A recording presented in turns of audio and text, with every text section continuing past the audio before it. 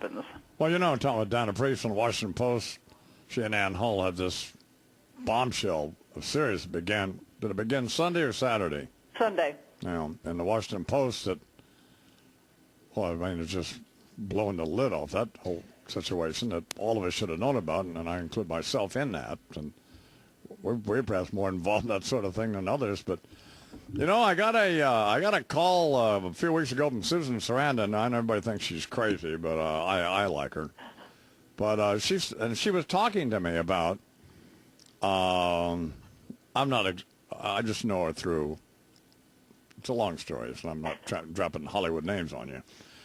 But anyway, she explained to me the state of these veterans and talking about exactly all, well, not the living conditions, not the outpatient conditions and so on, but the lack of care and the waiting and the disgraceful condition that that a lot of these facilities are in terms of being able to provide adequate care for them, and the weight that some of them have to endure and those kinds of things. And Yep. just coincidentally, I just happened to get this. She said she'd send me some information.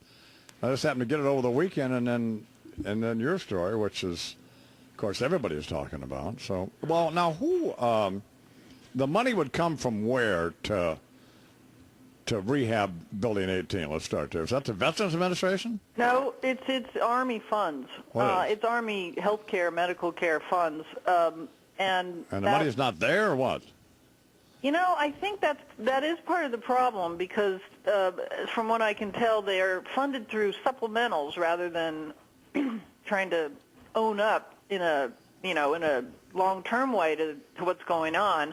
Part of the problem was that, of course, they didn't expect this many casualties. That's only an excuse for so long because it has been going on for 5.5 years now. So that's no longer an excuse. But they fund it as if they're still surprised. So they fund it year to year, and it's hard for them to plan out.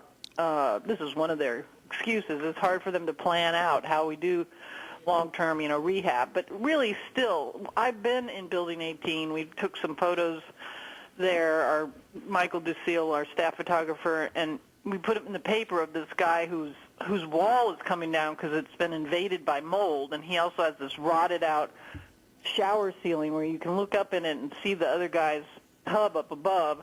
And, frankly, what would that take to fix? It would take one day of drywalling and some repairs. So why in the world couldn't you have done that? He's been in that room for a year until yesterday when they moved him out, which he's a little upset about because he really wanted a private room. Sure. He's lost his ear. He almost died in Iraq.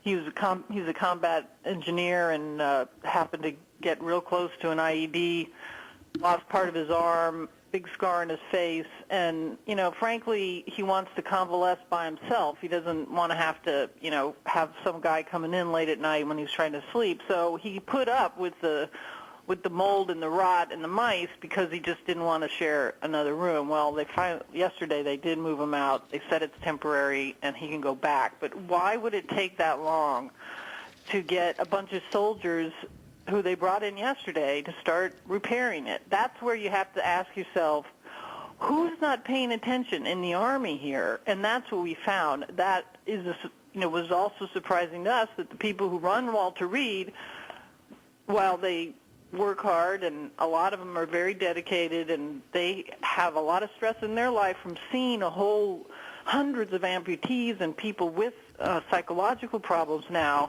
So many things just fell through the cracks, but for no apparent good reason. So if people wanted to call somebody and bitch at them, who would they call? They call the president, they call the congressman, they call who?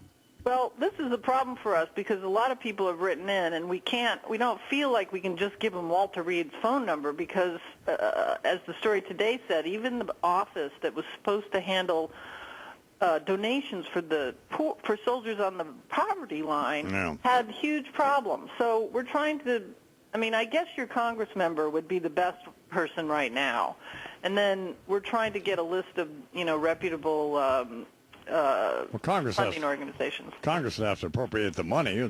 Right. Wouldn't hurt the president to be aware of it, would it? So, well, I don't want to drag you into all this. Talking about Dana Priest and Washington.